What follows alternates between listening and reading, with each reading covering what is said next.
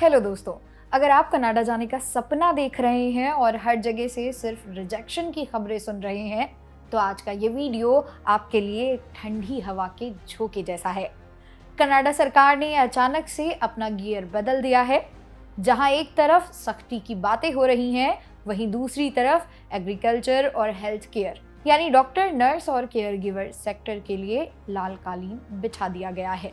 जी हाँ, work permit अब rocket की रफ्तार से मिलने वाला है।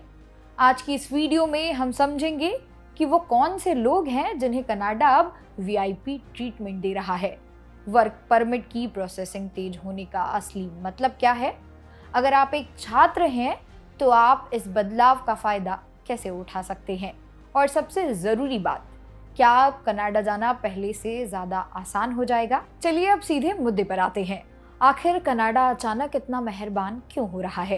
लेटेस्ट रिपोर्ट की माने तो इस वक्त वहां लेबर मार्केट में एक जबरदस्त संकट खड़ा हो गया है, खासकर दो सबसे बुनियादी क्षेत्रों में।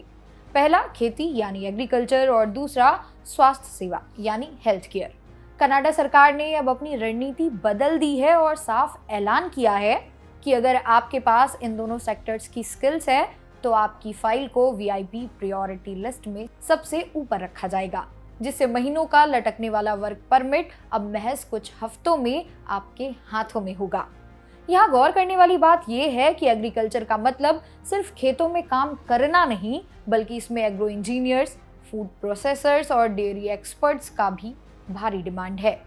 ठीक वैसे ही हेल्थ केयर में सिर्फ बड़े डॉक्टरों की नहीं, बल्कि नर्सेज, लैब टेक्नीशियन और बुजुर्गों की भी देखभाल करने वाले केयर गिवर के लिए दरवाजे पूरी तरह खोल दिए गए हैं। असल में कनाडा को अब ये कड़वा सच समझ आ गया है कि किसी भी देश की तरक्की के लिए भोजन और इलाज सबसे पहली जरूरत है, और अपनी इकोनॉमी को बचाने के लिए उन्हें आप जैसे विदेशी टैलेंट की सख्त जरूरत है।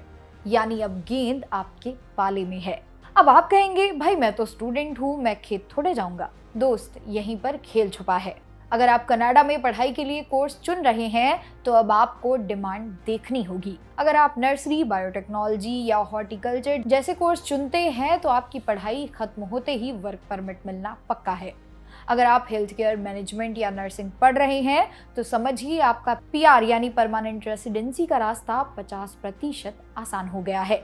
कनाडा अब जनरल प्रोफेशंस के बजाय स्किल्ड प्रोफेशनल्स को ढूंढ रहा है। ये खबर इशारा करती है कि अपनी डिग्री ऐसे चुनो जो कनाडा की मजबूरी हो, ना कि सिर्फ एक शौक।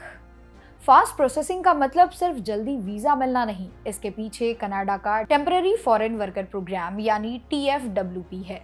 सरकार ने एम्प्लॉयर्स को छूट दी है कि वो जल्दी से लेबर मार्केट इम्पैक्ट असेसमेंट करवाएं। आसान भाषा में कहें तो अब कनाडा की कंपनियां आपको आसानी से जॉब ऑफर भेज पाएंगी, क्योंकि उन्हें सरकार से परमिशन जल्दी मिल रही है। लेकिन सावधान, यहाँ पर एक बहुत बड़ा अलर्ट भी है।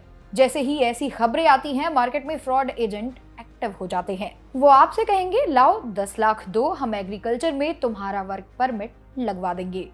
ऐसी बातों में बिल्कुल मत आइएगा।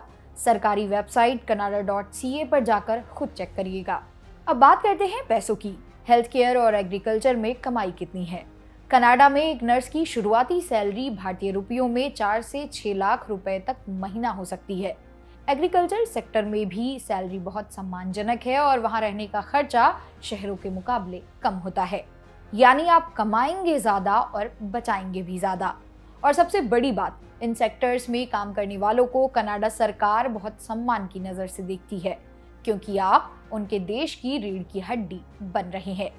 तो दोस्तों, कुल बातों का लब्बो-लुआब ये है कि कनाडा के दरवाजे बंद नहीं हुए हैं, बस अब वो सही चाबी मांग रहे हैं। अगर आपके पास स्किल है तो रास्ता पहले से और तेज और साफ हो गया है।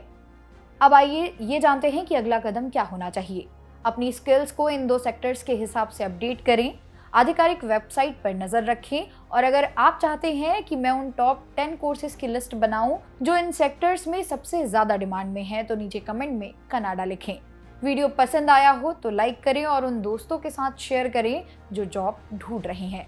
मेरा नाम है मोनाली, आप देख रहे थे जागरण जोश। चैनल को सब्सक्राइब करना ना भूलें। मिलते हैं अगली वीडियो में। धन्यवाद।